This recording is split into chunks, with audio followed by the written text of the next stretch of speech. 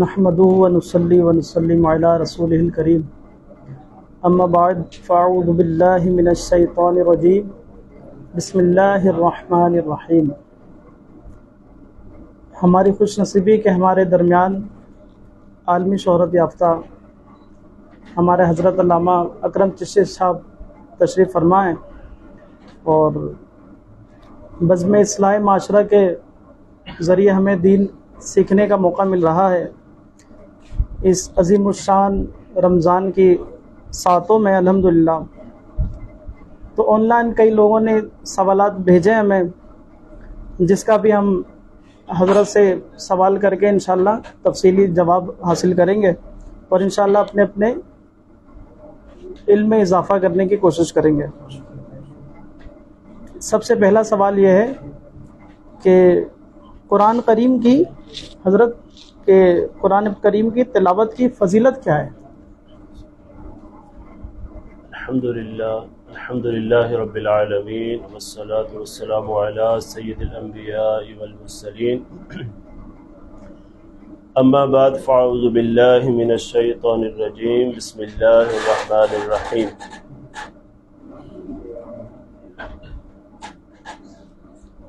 ومن يؤت الحکمة فقد اوتی خیرا کثیرا، صدق اللہ العظیم وصدق رسولہ النبی الکریم الامین، ونحن على ذلك لمن الشاہدین والشاکرین والحمد للہ رب العالمین۔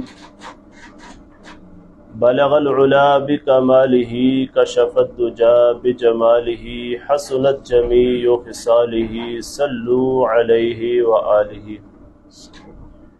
کی محمد سے وفا تو نے تو ہم تیرے ہیں، کی محمد سے وفا تو نے تو ہم تیرے ہیں، یہ جہاں چیز ہے کیا لوح و قلم تیرے ہیں۔ حمد و ثنا کے بعد بھائی نے جو سوال کیا ہے، عزیز بھائی نے، قرآن کریم کی تلاوت کی فضیلت، جی ہاں یہ بہت اچھا سوال انہوں نے کیا ہے۔ تو قرآن کریم کی ماشاءاللہ بہت تلاوت قرآن پاک کی بہت فضیلت ہے۔ جس طرح حدیث پاک کے اندر آتا ہے، حضور علیہ الصلوۃ والسلام نے فرمایا، جو شخص قرآن کریم کا ایک حرف پڑھے گا اللہ رب العزت اس کو 10 نیکیاں عطا فرمائے گا۔ سبحان اللہ، سبحان اللہ۔ اور حضور علیہ الصلوۃ والسلام نے فرمایا، الف لام میم، الف ایک حرف ہے، لام ایک حرف ہے، میم ایک حرف ہے، تو ہر حرف کے بدلے 10 نیکیاں ہیں۔ ایک لفظ نہیں فرمایا بلکہ فرمایا ایک حرف کے بدلے 10 نیکیاں ہیں۔ اب قرآن کریم کے اندر تو بے شمار حرف ہے، پھر جو شخص پورا قرآن کریم یعنی کہ تلاوت کرے گا، پورے قرآن کی تلاوت کرے گا، پھر اللہ رب العزت اس کو کتنا مقام عطا فرمائے گا اور اس کو کتنا اجر و ثواب عطا فرمائے گا۔ تو قرآن کریم کی تلاوت کی بہت فضیلت ہے۔ اسی طرح حضور علیہ الصلوۃ والسلام نے فرمایا کہ اپنے گھروں کے اندر قرآن کریم کی تلاوت کا معمول بناؤ، کیونکہ حضور فرماتے ہیں کہ جس گھر کے اندر قرآن کریم کی تلاوت نہیں ہوتی وہ ویران گھر ہے۔ جس طرح ہم کسی ویران جگہ پر جائیں تو وہاں پر ہمارا دل نہیں لگتا، وہاں پر ہمیں گھبراہٹ اور اکتاہٹ سی محسوس ہوتی ہے۔ اسی طرح جس گھر کے اندر قرآن کریم کی تلاوت نہیں ہوتی اس گھر کے اندر برکتیں بھی نازل نہیں ہوتی۔ تو ہم نے قرآن کریم کی تلاوت کا معمول بنانا ہے اپنے گھروں کے اندر بھی۔ جس طرح حضور علیہ الصلوۃ والسلام نے فرمایا کہ سورۃ الاخلاص لے لیں، چھوٹی سی سورت ہے۔ حضور فرماتے ہیں کہ سورۃ الاخلاص قرآن کریم کا 1/3 حصہ ہے۔ جو شخص قرآن کریم کی یعنی کہ قرآن کریم کا پورا ثواب حاصل کرنا چاہے وہ سورۃ الاخلاص کو اگر 3 مرتبہ پڑھے گا تو اللہ رب العزت اس کو پورے قرآن کا ثواب عطا فرمائے گا۔ سبحان اللہ، سبحان اللہ۔ اسی طرح سورۃ یاسین لے لیں۔ حضور علیہ الصلوۃ والسلام نے فرمایا، جو شخص سورہ یاسین کی 1 مرتبہ تلاوت کرے گا اللہ رب العزت اس کو 10 قرآن پاک ختم کرنے کا ثواب عطا فرمائے گا۔ سبحان اللہ، کیا تو بات۔ یہ تو چند صورتوں کا تلاوت کرنے کا ثواب ہے، پھر جو شخص پورا قرآن کریم پڑھے اس کو اللہ رب العزت کتنا اجر اور ثواب عطا فرمائے گا۔ اسی طرح حدیث پاک کے اندر آتا ہے حضور علیہ الصلوۃ والسلام نے فرمایا اپنی آنکھوں کو عبادت کے اندر حصہ دو. صحابہ کرام عرض کرتے ہیں یا رسول اللہ آنکھ کی عبادت کیا ہے؟ تو حضور علیہ الصلوۃ والسلام نے فرمایا آنکھ کی عبادت یہ ہے کہ قرآن کریم کو دیکھ کر پڑھا جائے, قرآن کریم کو دیکھ کر پڑھا جائے. اور یاد رکھیے گا کہ قرآن کریم کو دیکھ کر پڑھنا یہ زبانی پڑھنے سے بغیر دیکھے پڑھنے سے زیادہ افضل ہے, کیونکہ یہ دیکھنا بھی ہے اور پڑھنا بھی ہے. حضور علیہ الصلوۃ والسلام نے فرمایا کہ قرآن کریم کو دیکھنا بھی عبادت ہے. تو قرآن کریم کو جتنا ہم تلاوت کریں گے اتنا ہمیں اجر اور ثواب ملے گا. سبحان اللہ سبحان اللہ, ماشاء اللہ بہت تفصیلی جواب ملا الحمدللہ. ہمارے علم میں اضافہ بھی ہوا اس سے, اور اسی طرح سیکھنے کا سکھانے کا سلسلہ جاری رہتا ہے الحمدللہ. رمضان کے ساتھوں میں آن لائن ہمارے پاس بہت سارے سوالات آتے رہتے ہیں. تو اسی طرح ایک سوال اور آیا ہمارے پاس جو حضرت سے دوبارہ پوچھتے ہیں کہ حافظ قرآن کا مقام کیا ہے؟ لوگ حافظ تو بناتے ہیں لیکن اس کی اہمیت کو سمجھتے نہیں ہیں. آیا کہ ابھی ہم علامہ صاحب سے پوچھتے ہیں اور سمجھتے ہیں کہ حافظ قرآن کا مقام کیا ہے. سبحان اللہ, جی ہاں اچھا سوال انہوں نے کیا ہے. جہاں تک حافظ قرآن کا تعلق ہے تو ہم نے اس حدیث پاک سے اس کی اہمیت کو اجاگر کرنا ہے اور بتانا ہے آپ کو کہ قرآن پاک کے حافظ قرآن کا کیا مقام اور مرتبہ ہے. لوگ کہتے ہیں کہ فلاں نوکری اچھی ہے, فلاں کاروبار اچھا ہے, فلاں جگہ پیسہ اچھا ہے. تو آئیے ہم حضور علیہ الصلوۃ والسلام سے پوچھتے ہیں کہ سب سے اچھی نوکری کون سی ہے؟ حضور علیہ الصلوۃ والسلام نے فرمایا خیرکم من تعلم القرآن وعلمہ. اللہ اللہ, تم میں سے سب سے افضل شخص وہ ہے جو خود بھی قرآن کریم سیکھے اور دوسروں کو سکھائے. سبحان اللہ. تو سب سے افضل نوکری, سب سے افضل جو نوکری ہے وہ قرآن کریم سیکھنا اور سکھانا ہے.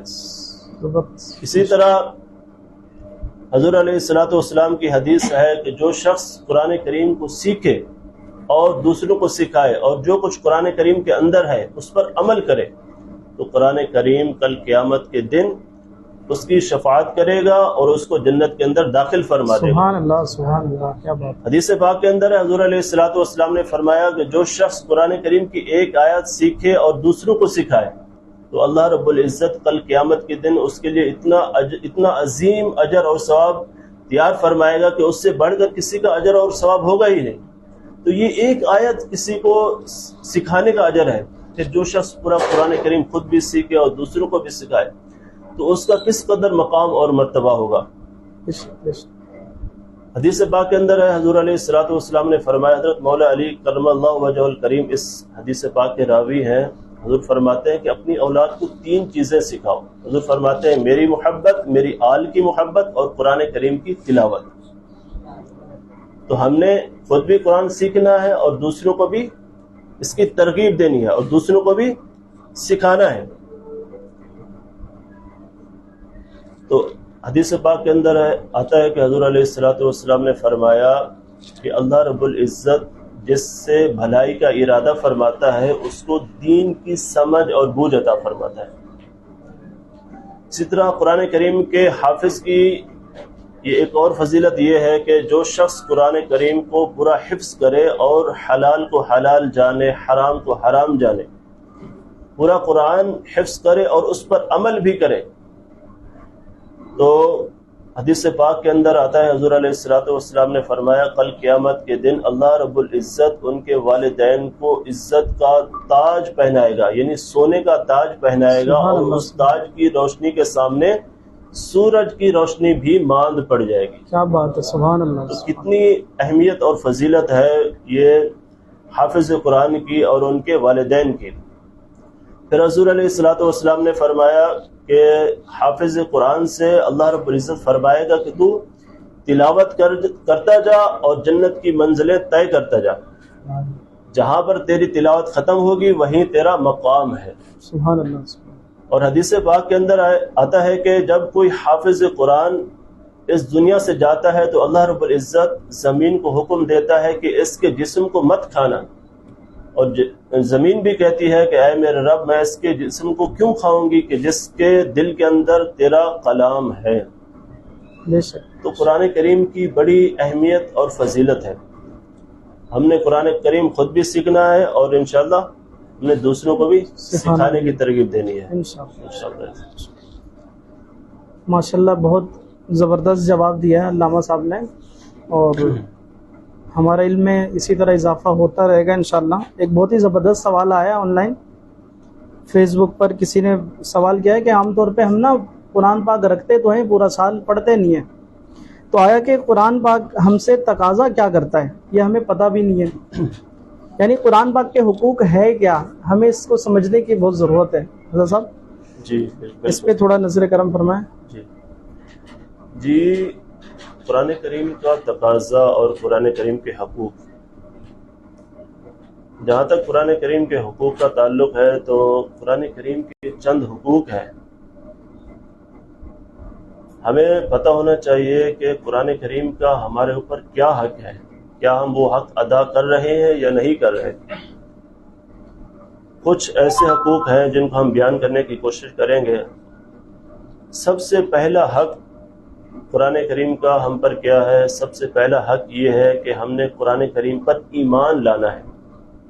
سب سے پہلا حق یہ ہے کہ ہم نے قرآن کریم پر ایمان لانا ہے اور قرآن کریم کی ہم نے تعظیم کرنی ہے۔ اقرار باللسان و تصدیق بالقلب، زبان سے ہم نے اقرار کرنا ہے اور دل سے اس کی تصدیق کرنی ہے، دل سے اس کو ماننا ہے۔ سب سے پہلا حق قرآن کریم پر ایمان لانا اور اس کی تعظیم کرنا ہے۔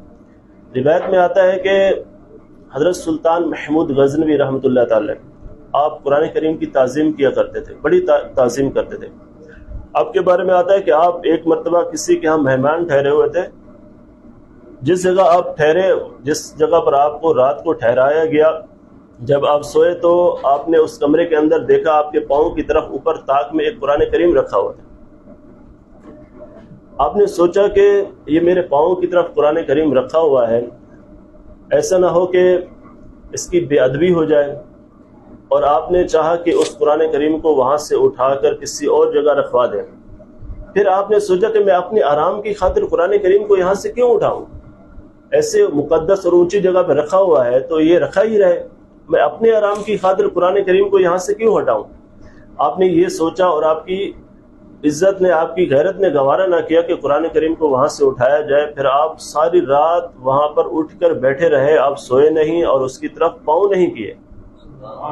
پھر جب آپ کا انتقال ہو گیا تو کسی نے آپ کو خواب کے اندر دیکھا تو آپ سے پوچھا کہ اللہ رب العزت نے آپ کے ساتھ کیا معاملہ کیا ہے، تو آپ نے یہ واقعہ سنایا کہ میں نے اس طرح قرآن کریم کی عزت کی تھی، قرآن کریم کی تعظیم کی تھی، اور اس کی وجہ سے اللہ رب العزت نے مجھے بخش دیا ہے۔ سبحان اللہ، سبحان اللہ، کیا بات۔ اللہ رب تو ہم نے قرآن کریم پر ایمان لانا ہے اور اس کی تعظیم کرنی ہے، سب سے پہلا حق یہ ہے۔ اور دوسرا حق کیا ہے قرآن کریم کا ہم پر؟ دوسرا حق یہ ہے کہ ہم نے قرآن کریم کی تلاوت کا معمول بنانا ہے، اور ہم نے روزانہ قرآن کریم کی تلاوت کرنی ہے۔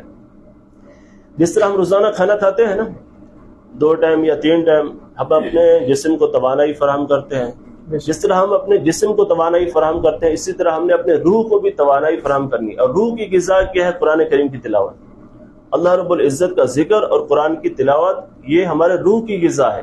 جس طرح ہمارے جسم کی غذا کھانا کھانا ہے اور دیگر چیزیں کھانا ہے، تو اسی طرح ہمارے روح کی غذا قرآن کریم کی تلاوت اور اللہ رب العزت کا ذکر ہے، اور یہ روح ہمارے جسم سے زیادہ قیمتی ہے۔ جب ہم اللہ رب العزت کا ذکر کریں گے اور قرآن کریم کی تلاوت کریں گے، جب ہی ہماری روح پاک ہوگی، ہماری روح کے اندر نورانیت آئے گی، اور ہم جو ہے ہمارے برے خیالات سے ہمیں آزادی ملے گی۔ تو ہم نے قرآن کریم کی تلاوت کا معمول بنانا ہے۔ اور دوسرا حق یہ ہے کہ ہم نے قرآن کریم کی تلاوت کا معمول بنانا ہے۔ اور تیسرا حق کیا ہے قرآن کریم کا ہم پر؟ تیسرا حق ہم پر یہ ہے کہ ہم نے قرآن کریم کو سمجھنا ہے، اس پر تفہیم قرآن، یعنی کہ قرآن کریم کے اندر ہم نے غور و فکر کرنا ہے، اس کو سمجھنا ہے۔ ہمیں پتہ تو چلے کہ قرآن کریم ہم سے تقاضا کیا کر رہا ہے۔ جب ہمیں معلوم ہی نہیں ہوگا کہ قرآن کریم ہمیں کیا حکم دے رہا ہے تو پھر ہم اس کو کیسے اس پر عمل کریں گے۔ تیسرا حق کیا ہے؟ ہم نے قرآن کریم کو غور و فکر کرنا ہے اور اس کے اندر تفہیم قرآن، یعنی کہ اس کے اندر غور و فکر کرنا ہے۔ اور چوتھا حق قرآن کریم کا ہم پر، چوتھا حق یہ ہے کہ ہم نے قرآن کریم پر عمل کرنا ہے۔ قرآن کریم پر ہم نے عمل کرنا ہے. اللہ رب العزت قرآن کریم میں ارشاد فرماتا ہے وَهَذَا كِتَابٌ أَنزَلْنَاهُ مُبَارَكٌ فَاتَّبِعُوهُ. ہم نے قرآن کریم کو اس بابرکت کتاب کو نازل کیا اور تم پر لازم ہے کہ تم اس کی پیروی کرو. قرآن کریم کی آیت ہے یہ. تو چوتھا اور سب سے بنیادی حق ہم پر یہ ہے کہ ہم نے قرآن کریم کی پیروی کرنی ہے، اس پر ہم نے عمل کرنا ہے. قرآن کریم ہمیں کیا حکم دے رہا ہے؟ جس طرح اللہ رب العزت قرآن کریم میں ارشاد فرماتا ہے وَأَقِيمُوا الصَّلَاةَ وَآتُوا الزَّكَاةَ، نماز قائم کرو، زکوٰۃ دو، سود سے باز آ جاؤ، برائیوں سے باز آ جاؤ. تو ہم نے اس کے اندر غور و فکر کرنا ہے کہ قرآن کریم ہمیں کن کاموں کا حکم دے رہا ہے، کن کاموں کے کرنے کا حکم دے رہا ہے، ان کاموں پر ہم نے عمل کرنا ہے، اور جن کاموں سے ہمیں منع کر رہا ہے اللہ رب العزت نے جن کاموں کا اس قرآن کریم کے اندر ہمیں منع کیا ہے ان سے ہم نے بچنا ہے، یعنی کہ قرآن کریم کی ہم نے پیروی کرنی ہے. اور پانچواں حق کیا ہے قرآن کریم کا ہم پر؟ قرآن کریم کی تبلیغ کرنا ہے. اب ہمارے پاس کسی نبی نے نہیں آنا، کسی نئی شریعت نے یا کسی نئی آسمانی کتاب نے نہیں آنا، کسی ہدایت والی کتاب نے اب ہمارے پاس نہیں آنا، بلکہ یہ آخری کتاب ہے. آخری اللہ رب العزت کا ہمارے پاس یہ پیغام ہے، رشد و ہدایت کا یہ پیغام ہے ہمارے پاس. تو ہم نے اس پر خود بھی عمل کرنا ہے اور اس کی تبلیغ بھی کرنی ہے اور دوسروں تک پہنچانا بھی ہے. اور امت پر، پوری امت پر یہ حق ہے، پوری امت کی یہ ذمہ داری ہے کہ جس کے پاس جتنا بھی قرآن کریم کا علم ہے وہ دوسروں کو سکھائے. جس کے پاس جتنا بھی قرآن کریم کا علم ہے وہ دوسروں کو بھی سکھائے، اور اس کے سکھانے کا بہت اجر ہے. جس طرح حدیث پاک کے اندر آتا ہے کہ جو شخص کسی کو علم دین سکھائے، اگر وہ اس دنیا سے چلا بھی جائے تو اس کو اجر قبر کے اندر بھی ملتا رہتا ہے. اور یہ صدقہ جاریہ ہے، قرآن کریم سیکھنا اور دوسروں کو سکھانا. اگر وہ سکھانے والا شخص اس دنیا سے چلا بھی گیا تو اللہ رب العزت اس کو قبر کے اندر بھی اس کا اجر اور ثواب عطا فرماتا ہے. تو یہ قرآن کریم کے جو ہے ہمارے اوپر کچھ حقوق ہیں. اللہ رب العزت ان حقوق کو ہمیں ادا کرنے کی توفیق عطا فرمائے. آمین آمین آمین. ماشاءاللہ بہت ہی زبردست علامہ صاحب نے تفصیلی جواب دیا ہے. امید کرتے ہیں ناظرین سے انشاءاللہ قرآن پاک پابندی سے اب پڑھیں گے بھی اور اس پہ عمل بھی کریں گے، اور انشاءاللہ اس میں جو اللہ تبارک و تعالی نے ہمیں پیغامات دیا ہے انشاءاللہ ہم اس کو دوسروں تک پہنچانے کی کوشش بھی کریں گے. اچھا، اسی طرح انشاءاللہ سیکھنے سکھانے کا سلسلہ جاری رہے گا. ایک آخری سوال جو سوشل میڈیا پر آیا ہے ابھی، کہ عام طور پہ دیکھا گیا ہے کہ لوگ نا دنیاوی تعلیم کو بہت رسپیکٹ دیتے ہیں، اس پہ پیسے بہت خرچ کرتے ہیں اور کہاں سے کہاں دور سے دور نکل جاتے ہیں نا علم دنیا کی تعلیم سیکھنے کے لیے، لیکن دین کی طرف نہیں آتے ہیں. تو آیا کہ ابھی ہم علامہ صاحب سے سوال پوچھتے ہیں کہ حضرت یہ بتائیں کہ علم دین کی اہمیت ہے کیا؟ دراصل اس کی طرف لوگوں کی توجہ نہیں ہوتی. سبحان اللہ. جی ہاں، یہ بہت اچھا سوال آپ نے کیا ہے. قرآن کریم اور دین اسلام کی دین کی اہمیت،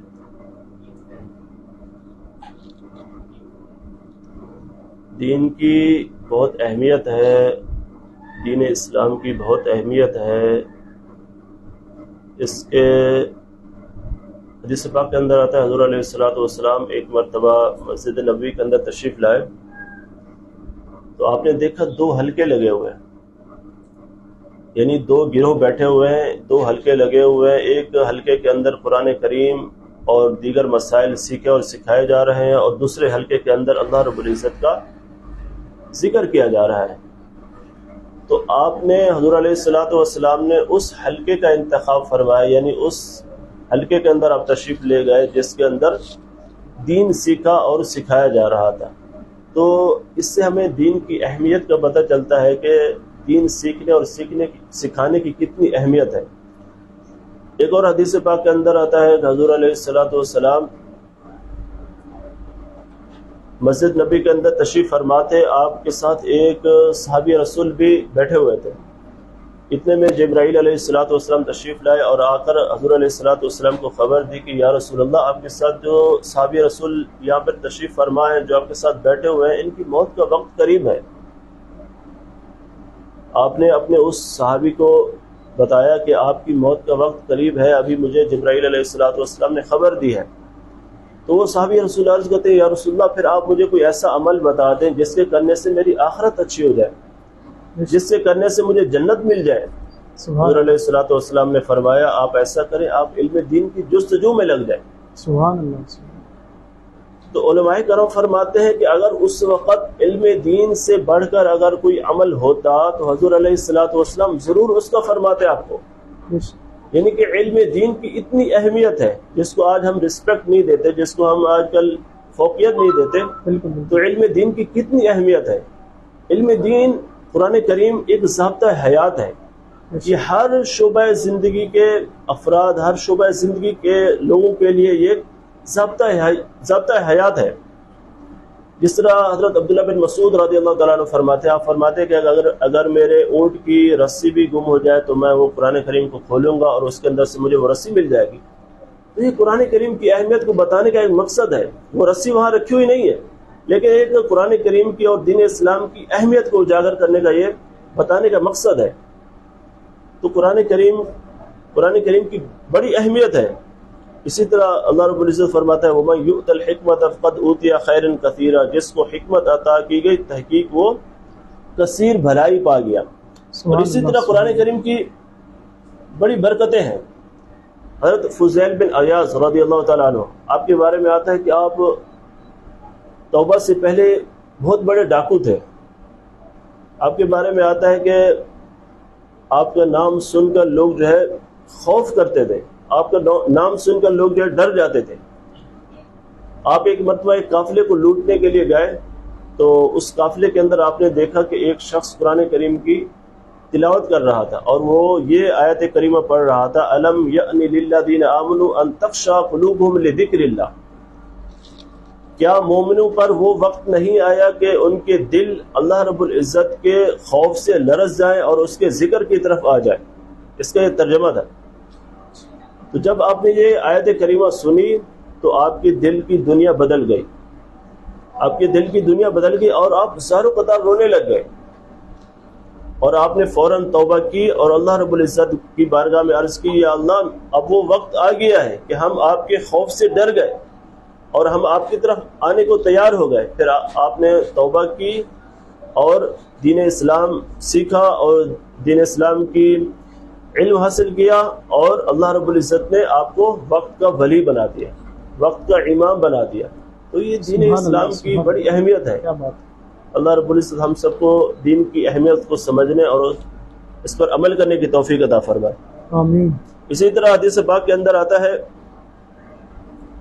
کہ جو شخص دین اسلام، قرآن کا علم یا دین کا علم سیکھتے سیکھتے اس دنیا سے اگر چلا جائے تو حدیث پاک کے اندر آتا ہے حضور علیہ الصلوۃ والسلام نے فرمایا کل قیامت کے دن اس شخص اور انبیاء کرام کے درمیان درجہ نبوت کے علاوہ کوئی فرق نہیں ہوگا۔ یعنی اللہ رب العزت اس دین سیکھنے والے شخص کو اتنا مقام اور مرتبہ عطا فرمائے گا کہ وہ لوگ رشک کریں گے، اور پوچھیں گے کہ اس کو اتنا بڑا مقام اور مرتبہ کیسے مل گیا کہ یہ انبیاء کرام کی صف میں کھڑا ہوا ہے۔ کیا بات ہے۔ تو بتایا جائے گا کہ یہ دین اسلام، دین کا علم سیکھتے سیکھتے اس دنیا سے چلا گیا تھا، اور حضور علیہ الصلوۃ والسلام نے فرمایا جو شخص دین اسلام یعنی کہ دین سیکھتے سیکھتے، علم دین سیکھتے سیکھتے اگر اس دنیا سے چلا جائے تو اللہ رب العزت اس کو شہادت کا مرتبہ عطا فرمائے۔ سبحان اللہ، سبحان اللہ، کیا بات ہے۔ اللہ رب العزت ہم سب کو دین اسلام سیکھنے، اس پر ہم سب کو عمل کرنے کی توفیق عطا فرمائے، آمین۔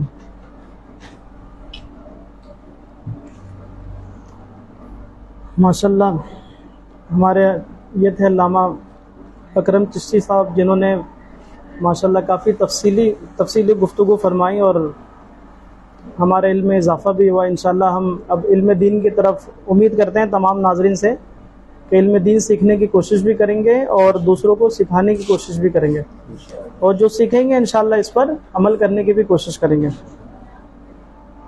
الحمدللہ اب یہاں پر ہمارے سیشن کا اختتام ہوتا ہے۔ مولانا اکرم چشتی صاحب نے جو بہت پیاری گفتگو فرمائی، امید کرتے ہیں انشاءاللہ یہ سیکھنے سکھانے کا سلسلہ جاری رہے گا۔ اب اس سیشن کی ہم آپ سے اجازت چاہتے ہیں، انشاءاللہ کل اسی طرح حاضر ہوں گے رات 10:30 بجے بزم اصلاح معاشرہ کے اس پلیٹ فارم کے ساتھ۔ السلام علیکم ورحمۃ اللہ وبرکاتہ۔